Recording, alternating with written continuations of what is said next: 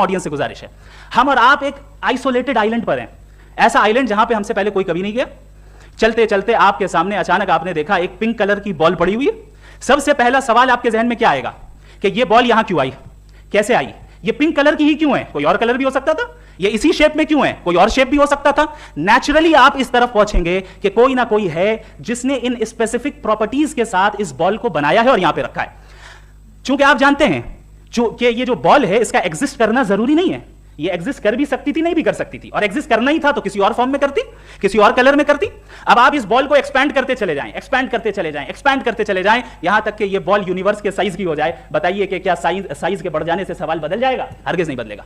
अभी भी सवाल रहेगा ये यूनिवर्स कहां से आया, इन स्पेसिफिक प्रॉपर्टीज के साथ कहां से आया, क्यों आया, किसने बनाया, ये सवाल उस वक्त भी वैलिड रहेगा।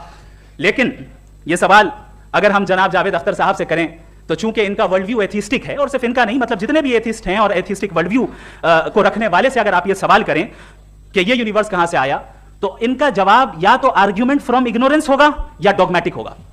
या तो ये कहेंगे कि मुझे नहीं पता कि ये कहां से आया, लिहाजा गॉड डज नॉट एग्जिस्ट, ये आर्ग्यूमेंट फ्रॉम इग्नोरेंस है। या ये कहेंगे कि ये यूनिवर्स खुद ब खुद बन गया, इसका मतलब ये है कि उस बॉल को भी खुद ब खुद बन जाना चाहिए। लेकिन बॉल के ताल्लुक से ये एक्सप्लेनेशन एक्सेप्ट नहीं की जाएगी कि ये खुद ब खुद बन गई, लेकिन यूनिवर्स के ताल्लुक से कर दिया जाएगा। इसे हम दूसरे अल्फाज में डॉगमा भी कह सकते हैं। दूसरी चीज, हमारे जावेद अख्तर साहब जरूर गॉड ऑफ गैप्स की मिसाल भी जरूर देंगे, और मिसाल देंगे कि पहले जमाने में बिजलियां कड़कती थी तो लोगों ने किसी एक खुदा की तरफ, और बारिश होती थी तो दूसरे खुदा की तरफ मंसूब कर दिया, उनके पास दलील नहीं थी। यह हमारा वर्ल्ड व्यू है ही नहीं, यह हमारा वर्ल्ड व्यू है ही नहीं, क्योंकि नेचुरल फिनोमेना के प्रोसेस की इंटरप्रिटेशन को जान लेने से यह कहां से साबित हो गया कि गॉड एग्जिस्ट नहीं करता है। इस पर मैं इंशाल्लाह अभी आगे बात करूंगा।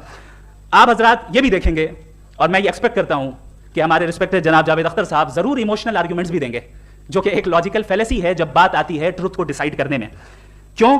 मिसाल के तौर पर वो कहेंगे कि अगर गॉड है तो ईविल क्यों एग्जिस्ट करता है, जबकि मैं कहता हूं ईविल का एग्जिस्ट करना गॉड के एग्जिस्ट करने की दलील है, उसके खिलाफ नहीं है। क्योंकि अगर गॉड है तो हम सब उसके सामने अकाउंटेबल हैं, और अगर हम अकाउंटेबल हैं तो अकाउंटेबिलिटी के लिए ईविल का मौजूद होना जरूरी है, उसके बगैर हम अकाउंटेबल नहीं हो सकते। और अगर हम अकाउंटेबल नहीं हैं तो हम जनाब जावेद अख्तर साहब से पूछेंगे कि आप बताएं कि फिर सफरिंग इस दुनिया में क्यों है, अगर खुदा नहीं है तो सफरिंग क्यों है, और उन लोगों के जज्बे का क्या जिनके अंदर सफरिंग के बाद इंतकाम लेने का जज्बा पाया जाता है और वो इस दुनिया से ऐसे ही चले गए, क्या उनकी सारी तकलीफें बेकार चली जाएंगी? अब आ जाएं उसी एग्जांपल की तरफ कि बॉल, मुझसे अगर कोई पूछे इस बॉल को किसने बनाया, और या इस एक्सपेंडेड बॉल को किसने बनाया, मैं कहूंगा कि चूंकि ये यूनिवर्स और इस यूनिवर्स की तमाम चीजें कॉन्टिंजेंट है। कॉन्टिंजेंट होने का मतलब ये होता है कि जो अपने एग्जिस्टेंस पे किसी के ऊपर डिपेंड करती हो, तो जाहिर है ये यूनिवर्स कॉन्टिंजेंट है। और अगर कोई चीज कॉन्टिंजेंट नहीं है तो मैं रिक्वेस्ट करूंगा कि मुझे दिखा दें कि कौन सी चीज यूनिवर्स में कॉन्टिंजेंट नहीं है, हम भी जरा गौर कर लें और हम भी देख लें। और जब कॉन्टिंजेंट चीजें मौजूद हैं तो फिलोसोफर्स की